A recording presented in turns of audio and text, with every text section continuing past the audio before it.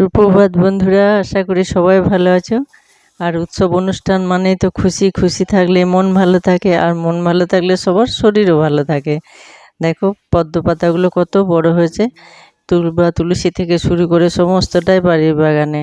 আর যদি বিপত্তারিণীতে অনেক রকম ফুল লাগে, এরকম ফুল তুলসী দুর্বা যদি বাড়ির বাগানের পুজোতে বেশ মন মতো করে অনেকটা দেওয়া যায় তাহলে খুব ভালো লাগে। আর রাতে শুয়ে শুয়ে ভাবছি যে অনেকটা দূর ছাড়া তো রথের দড়ি ধরে টানতে পারবো না, তাই ভাবছি মনে মনে যে দূরে যেতে হলে তো মুশকিল, এখন বৃষ্টির দিন, তারপর পুজো হতে অনেক দেরি লাগে।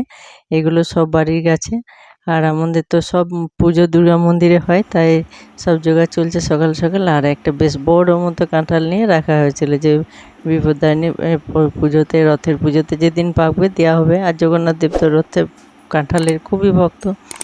দেখো প্রথমে বেশ আদর করে চেপে চুপে দেখা হলো, কিছু কাজ হলো না। তারপর কিল ঘুষি মেরে তবু হলো না, লাস্টে একটা বঁটি ছুরি দিয়ে কোনোভাবে কেটে একটু উদ্ধার করা হলো। সকালবেলায় বলতে পারো প্রায় কাঁঠালের সঙ্গে মারামারি কোনোভাবে, কিন্তু ভেতরে কোয়াগুলো বেশ ভালো শক্ত শক্ত। কিছুটা এরকমভাবে ছাড়িয়ে নেওয়া হলো, আর একটু নরম হলে খুব ভালো হতো, কিন্তু অতিরিক্ত গলে যাওয়াটা ভালো লাগে না। কিছুটা পুজোর জন্যে তুলে নেওয়া হলো। এরপর রাতে শুয়ে শুয়ে ভাবছি যে দূরে কি যেতে পারবো। আর এদিকে বাড়ির কাজ চলছে, হচ্ছে নিরামিষ রান্না করি উপোসের দিনগুলোতে, আর ভাতটা একদম আলাদা।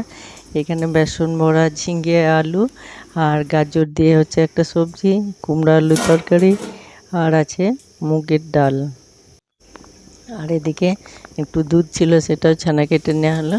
আর এর টেস্ট যদি কেউ জানো তাহলে অবশ্যই জানাবে।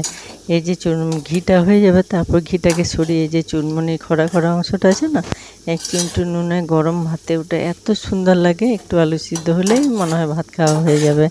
দারুণ স্বাদ এটা। এরপর এসব চলছে। আমাদের তো দুর্গা মন্দিরে যেতে হয় পুজো দিতে, আর লাস্টে ভাতটা আলাদা হবে। এরপর এরকম সব মনে ভাবতে ভাবতেই তারপরে দেখছি বাচ্চাগুলো খুব ডাকছে, আর দেখছি জগন্নাথ দেব নিজেই এসে হাজির তুলসী মন্দিরে। দেখো কত সুন্দর লাগছে ছোটদের সঙ্গে ছোট্ট জগন্নাথকে। তোমাদের কেমন লাগলো অবশ্যই জানিও। খুব ইচ্ছা ছিল দড়ি ধরে টানা, এখানে দড়ি ধরে টেনে নিলাম। এরপর যাব মন্দিরে পুজোর দিকে। আমার আজকের এই ছোট্ট ভিডিওটি আর ছোট্ট জগন্নাথকে ছোটদের সঙ্গে কেমন লাগলো অবশ্যই জানাবে। অনেক তো বড় বড় দেখে থাকো, এটার কথা অবশ্যই জানিও।